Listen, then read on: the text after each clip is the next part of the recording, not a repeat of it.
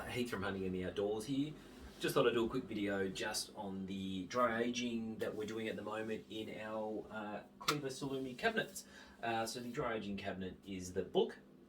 As you can see here, great little cabinet specifically made for dry aging. So it controls the humidity and the temperature in there, so you'll get all the way down to 1 degree, which is perfect for dry aging, and with the humidity we'll go all the way up to 90, not that you need that for the dry aging. Some brief instructions on there, some basic settings for your dry aging, which are the recommendations between 1 to 2 degrees, humidity as well between 80 to 85. So about 2 weeks ago we got that dough, so in the cabinet. So I popped in there the hind quarter minus the shank, and also the, just like the, I suppose you'd call it the rack. So we've pulled the rack out, so it's been 14 days. As you can see, it's got a really nice dark look to it. So that's obviously the aging. So what you're doing, the whole point of the dry aging is when you're looking at drawing the moisture out, and that way you're concentrating the flavour of the meat. So as you can see there, so we've got the rack that we've done. So I've just taken off the ribs, and as you can see there, really nice dark look to it. So a lot of people you hear refer to that as the pellic or the bark. So what we're going to do today is, like I said, it's been in there 14 days.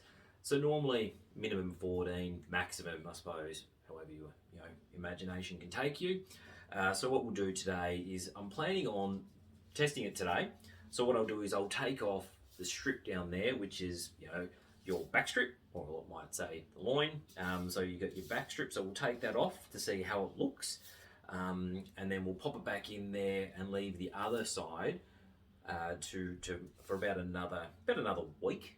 So that way we'll have test one at 14 and then one at 21, and then the whole leg muscle in there, we'll leave that in there a bit longer to see how we go. We might look at that about 28, so that's 4 weeks in there.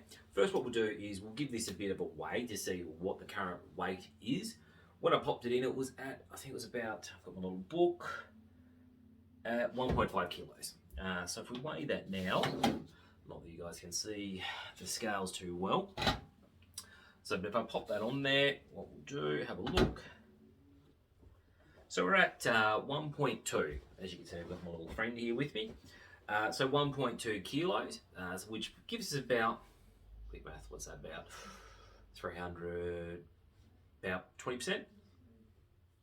Forgive me if I'm wrong, don't judge me on that one. About 20% weight loss, which is not too bad. Right, so when we're looking at just the moisture loss in there. So let's have a quick look. So like I said, we'll take one. So as you can see with the rack, obviously on the bone, which is good.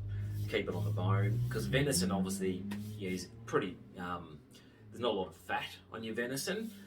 So when you're looking at when you're doing your dry age, you're drawing the moisture out. So you're going to have a lot of, you might have a lot of wastage from the pellic or the bark drying out.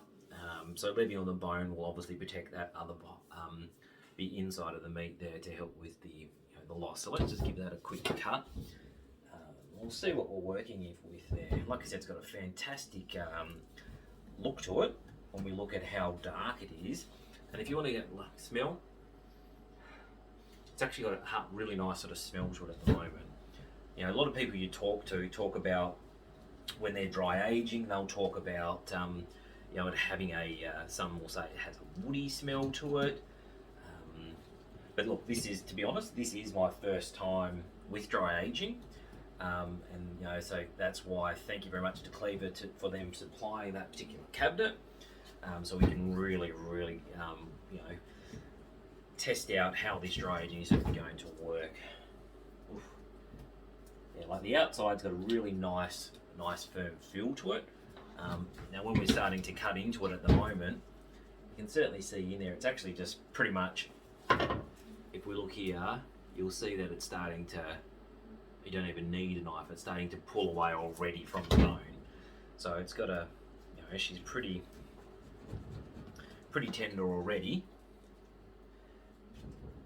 Forgive my knife skills here. Everyone's dying to see this, I am.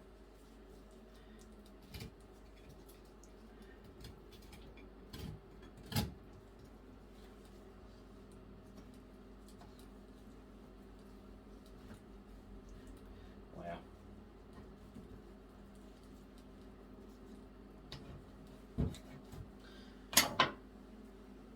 All that. Beautiful. You know, the feel of that at the moment, you know, obviously your backstrap on your venison is really tender anyway, but the feel of that at the moment, it just feels like I can put my thumb right through it. That's how sort of tender you're feeling at the moment.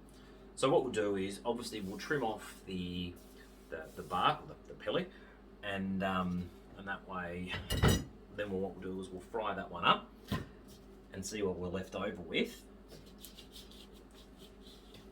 Yeah, it's got a nice, nice and hard, but as you can see there, put the outside at your inside. Now, a lot of people will save, so when you've got your outside, your hard bark there, a lot of people actually mince that or dice it up and use it in burgers. So that way you're saving your wastage there. So as we can see here, what we've taken the backstrap out. Obviously you've got a little bit on there from your rib still on the back there, but as you see, backstrap's taken out. Very nice and sort of tender in there. What I'll do, we'll hang that one back in there, and that way we'll leave the second half, like I said, for 21 days. We've got the spine there obviously helping out, keeping the other part dry in there. So let's just pop that one back in there so she's not out too long. But I'll bring the leg out. Alright, so you can all see that. There we go, if you're getting that. So it's got a beautiful, feel to it at the moment. Very, very nice and dark. Again, it's not an overpowering smell at the moment. But like I said, a lot when you talk to them, they'll get, it'll start to get a very nice, unique smell to it. So let's just pop that one back in. As you can see, I won't weigh that one yet. We'll leave that for probably another 2 weeks, just to see what it's like. And then what we'll be doing with that one is cutting it into steaks, and then frying them up at that stage. All right, we'll be back.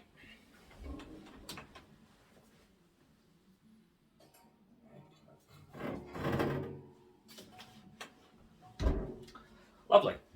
All right, so what I'll do is I'll finish trimming this one up, and then we'll go fry up and see. Hello, we're back again. All right, so what we've done is I've just cut us off a little piece and fried it. Salt and pepper, that's really about it. As you can see, it is so super, super soft. So what we'll do,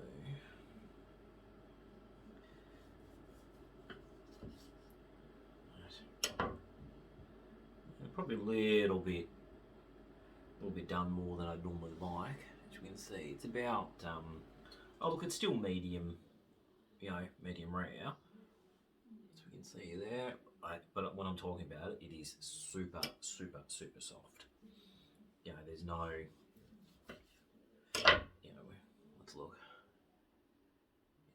Just sort of like, tear apart. Mm-hmm. Yeah, that is absolutely beautiful. Very, very nice and tender. But like I said, look, it's tenderloin or backstrap anyway, so that is very tender normally. But when we look at that, that's extra. Yeah, very, very nice. Super juicy still, because it was just a very, very quick sort of sear. Probably a couple of minutes in the pan, very hot pan. Salt and pepper. But like I said, the real test is going to be, well, not test, but the exciting part will be in another week when we look at the other part of the backstrap. So that'd be 21 days. Because 14 days is the minimum, that you look at when you're dry aging. But with that sort of result, like I said, how you can see how soft that is. It's fantastic. Definitely well worth the money and the time that's spent in dry aging. Because just on 14 days, like I said, that's phenomenal. But yeah, like I said, cleaver, the Bullock, that one is, that's, just the smallest one. Sits on, they can be stacked together because we've got the piglet with it as well. But the two fridges and the cells can stack together. I've got them side by side, just to make it a lot more convenient for me in my little office that I've got here. But definitely, tune in for the next lot that we look at in a week when we do the backstrap, and then 2 weeks when we cut apart the hind quarter into steaks. So that's going to be very interesting to see how that one turns out. We've got a lot on the go at the moment. In our salami fridge, we've still got 2 different types of wallaby salami. So we've got the fennel and garlic. That's about a week off.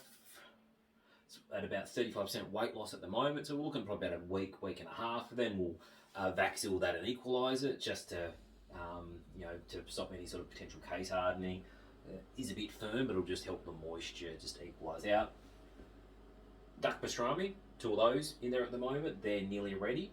And then we've got also our second wallaby salami. So that's a wallaby with, what have we got? We've got pepperberry, lemon myrtle, and juniper berry in the wallaby salami. So that's going to be very, very nice. The smells coming through there at the moment are just fantastic. But look, thanks for watching, guys. Stay tuned for more stuff. We do also, before we quickly go, we've got a wallaby leg on the go at the moment. It's going to be a wallaby style, well, more wallaby style, but it is wallaby. Pastrami, not pastrami, prosciutto. Prosciutto, that's what it is. So we're doing a prosciutto-inspired wallaby leg. So it's going to be a bit between a prosciutto and a bresaola. So interesting stuff. So that'll be popped in with the salami in about a week and a half. It's at the moment we've got it curing. But stay tuned for that. Thanks all.